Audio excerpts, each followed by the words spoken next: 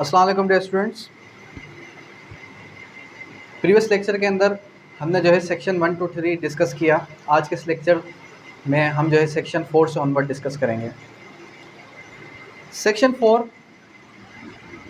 बात करता है कि प्रोविजंस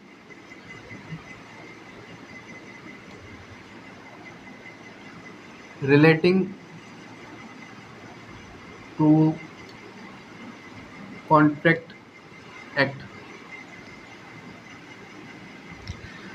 ऐसे प्रोविजन जो कि रिलेट करेंगे कॉन्ट्रैक्ट एक्ट या फिर कॉन्ट्रैक्ट एक्ट के किसी भी चैप्टर से, तो उसको सेम मीनिंग दी जाएगी जो कि कॉन्ट्रैक्ट एक्ट के अंदर मेंशन है। फिर आते हैं सेक्शन नंबर 5 की तरफ। सेक्शन 5 किस चीज़ की बात करता है? ट्रांसफ़र ऑफ प्रॉपर्टी की, कि ट्रांसफर ऑफ प्रॉपर्टी आखिर है क्या। हम इतनी डीपली इसको पढ़ रहे हैं, आखिर ट्रांसफर ऑफ प्रॉपर्टी है क्या। सेक्शन 5 ने डिफाइन किया इसको कि transfer of the property includes means an act by the living person. क्या बोला? By the living person to the living person or persons or one or more, यानी एक शख्स एक से ज़्यादा लोगों को अगर कोई भी प्रॉपर्टी ट्रांसफ़र करता है। मोड्स ऑफ ट्रांसफ़र हम ऑलरेडी जो है डिस्कस कर चुके हैं प्रीवियस लेक्चर के अंदर। सेल हो गया, एक्सचेंज हो गया, मॉर्गेज हो गया, लीज़ हो गया, गिफ्ट हो गया, ये सारे के सारे मोड्स ऑफ ट्रांसफ़र हैं बाय एक्ट ऑफ पार्टीज़। ठीक है, तो इस तरीके से अगर कोई भी एक शख्स एक से ज़्यादा लोगों को प्रॉपर्टी ट्रांसफ़र करे तो उसको हम क्या कहेंगे? उसको हम कहेंगे ट्रांसफ़र ऑफ प्रॉपर्टी। सेकेंडली फिर ये कि यहाँ पर लिविंग पर्सन को फर्दर एलोबरेट किया गया, इंक्लूड अ कंपनी और एसोसिएशन और इंडिविजुअल्स, यानी कि एक इंडिविजुअल पर्सन भी लिविंग पर्सन के अंदर काउंट होता है, एक आर्टिफिशियल पर्सन भी किस में काउंट हो रहा है? आपके लिविंग पर्सन के अंदर काउंट हो रहा है। आर्टिफिशियल पर्सन मीन्स कि कंपनी, एसोसिएशन, अंडरस्टैंड। उसके बाद अब आते हैं मेन प्रोविजन सेक्शन नंबर 6 की तरफ, जो आज का हमारा मेन फोकस्ड सेक्शन है। सेक्शन 6 बात करता है किस चीज़ की? सेक्शन 6 हमारा बात करेगा आपके what may not be transferred, कि आप क्या क्या ट्रांसफ़र नहीं कर सकते, कौन कौन से राइट्स ट्रांसफ़र नहीं कर सकते। सबसे पहले व्हाट मे बी ट्रांसफर्ड को इसके अंदर जिक्र किया गया। व्हाट मे बी ट्रांसफर्ड क्या किया गया? व्हाट मे बी, सॉरी, इसका जो टाइटल है वो क्या है? व्हाट मे बी ट्रांसफर्ड, आप क्या ट्रांसफ़र कर सकते हैं। प्रॉपर्टी ऑफ एनी काइंड, अब इस सेक्शन के अंदर वो बताएगा सर्टेन बातें कि आप क्या क्या ट्रांसफ़र नहीं कर सकते। पहले क्या बता रहा है कि property of any kind may be transferred except as otherwise provided by this act और by any other law for the time being in force. क्या कह रहा है कि प्रॉपर्टी किसी भी किस्म की आप ट्रांसफ़र कर सकते हैं, लेकिन जो फॉलोइंग कैटेगरीज बता रहा है इसके अंदर आगे चल के, वो आप ट्रांसफ़र किसी भी सूरत में नहीं कर सकते। सबसे पहले बात कर रहा है हमारे पास सब क्लास 1। अब सब क्लास 1 के अंदर क्या बात कर रहा है? A chance of an heir apparent, the chance of an heir apparent. अब इस प्रोविज़न को हमने जो है क्लास स्टार्ट करने से पहले भी डिस्कस किया था उसामा, कि जो हमारे पास सेक्शन 6 का सब क्लास 1 है, ये किस चीज़ की बात करता है? ये बात करता है आपके डॉक्ट्राइन की। कौन सी डॉक्ट्राइन की? ये डॉक्ट्राइन है आपकी स्पेक सक्सेशनिस्ट।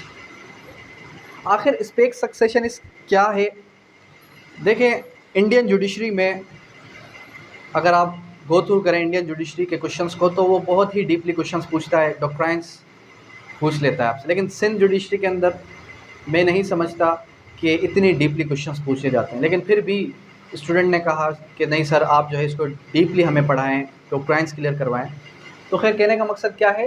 जो सब क्लास 1 है वो किस चीज़ की बात करता है? कौन सी डॉक्ट्राइन की बात करता है? वो बात करता है आपके स्पेक सक्सेशनिस्ट।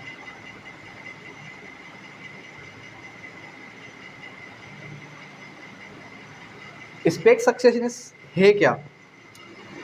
एक प्रॉपर्टी है, इसको ज़रा समझिएगा। एक प्रॉपर्टी है जो अभी आपके नाम पर ट्रांसफ़र नहीं हुई, लेकिन चांसेस हैं, क्या है, चांसेस हैं इन फ्यूचर आपके नाम पे ट्रांसफ़र होगी।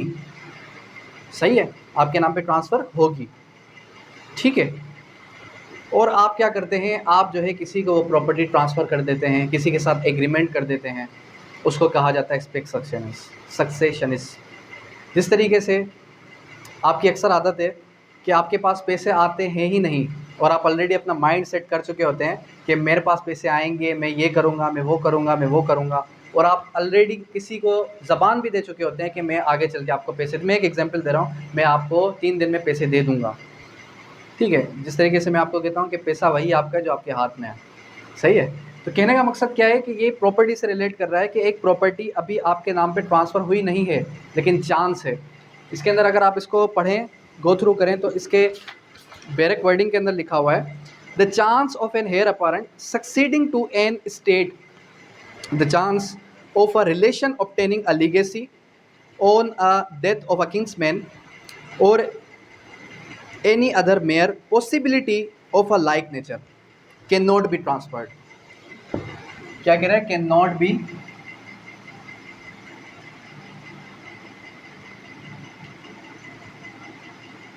ट्रांसफर्ड। यानी कि कह रहा है कि पहली चीज़ तो ये कि चांस हो के सक्सीडिंग की, कि एक प्रॉपर्टी आपके वालिद के मरने के बाद आपको ट्रांसफ़र हो जाए। मैं अभी ज़िंदा हूँ और मेरी औलाद पहले ही डिसाइड कर लेते कि अब्बू मरेंगे, अब्बू के बाद ये प्रॉपर्टी हमारी होगी, और वो ऑलरेडी किसी को ट्रांसफ़र करने का सोचें, ट्रांसफ़र कर दें, तो उसको हम इस क्लास के अंदर फाल करेंगे कि वो ट्रांसफ़र नहीं हो सकती। या फिर कोई और पॉसिबिलिटी जिससे आपको ऐसा लगे कि ये प्रॉपर्टी किसी भी नेचर में मेरे पास आ सकती है, तो आप उसको ट्रांसफ़र नहीं कर सकते। Secondly, a mere right to re entry,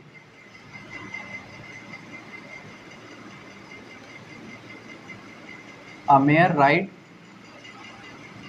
to re entry for breach of a condition, for breach of a condition.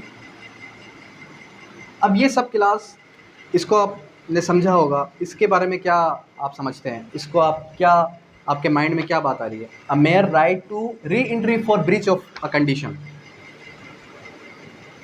subsequent cannot be transferred to anyone except the owner of the property accepted thereby। मैं आपको ये property दे रहा हूँ mister Osama, मैं ये property आपको दे रहा हूँ टेनेंसी के एग्रीमेंट पर। टेनेंसी के एग्रीमेंट तो हमने कर लिया, लेकिन मेरी एक कंडीशन है कि ये जो सीडी है ये मैं ही यूज़ करूँगा, इसको आप यूज़ नहीं कर सकते। इसके अंदर मैंने एक क्लास डाल दी, कंडीशन डाल दी, कंडीशन इम्पोज कर दिया आपके ऊपर।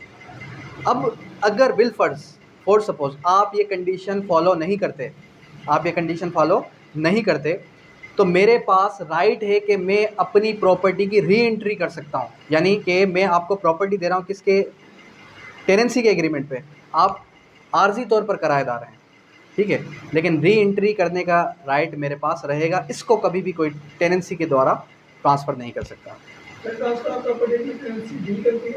मैं आपको एक एग्जांपल दे रहा हूँ, ठीक है, मैं आपको एक एग्जांपल दे रहा हूँ, ठीक है। मतलब एक इसने क्या कह दिया, ब्रीच ऑफ कंडीशन, एक कंडीशन डाल दी हमने, और आपने क्या कह दिया कि ये कंडीशन अगर आपने फुलफ़िल की तो ये प्रॉपर्टी आपको ट्रांसफ़र होगी, नहीं की तो ये ट्रांसफ़र नहीं होगी। सही है। फिर उसके बाद आते हैं sub class 3, an easement can not be transferred.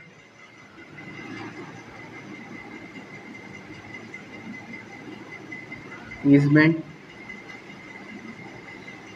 Can not be transferred, easement का राइट भी ट्रांसफर्ड नहीं हो सकता। और फिर आ जाता है आपका the interest in property restricted of its enjoyment to the owner personally can not be transferred. An interest in property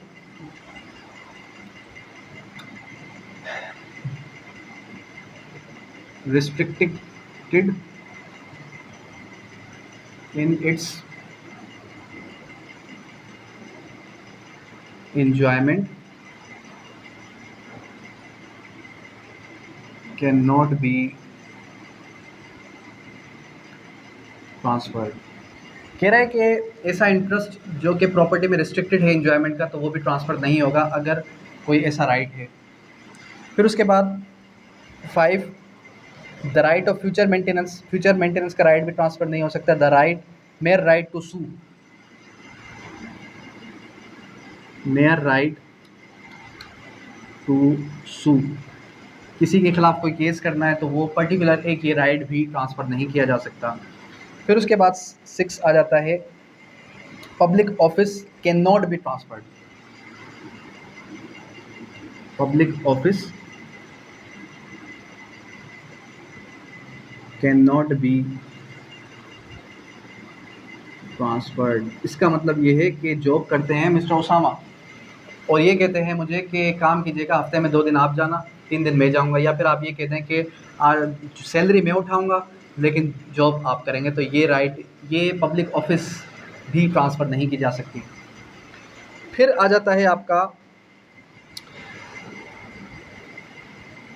no transfer can be made in so far it is opposite to the nature of interest for an unlawful object consideration with in the meaning of section 23 contract act. यानी कि अगर unlawful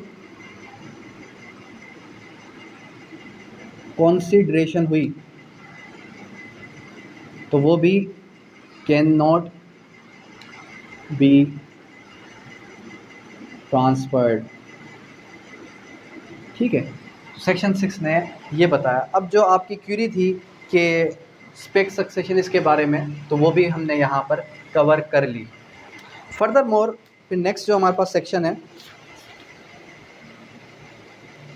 section 7।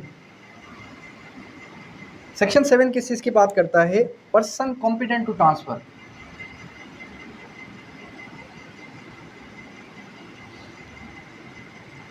Competent to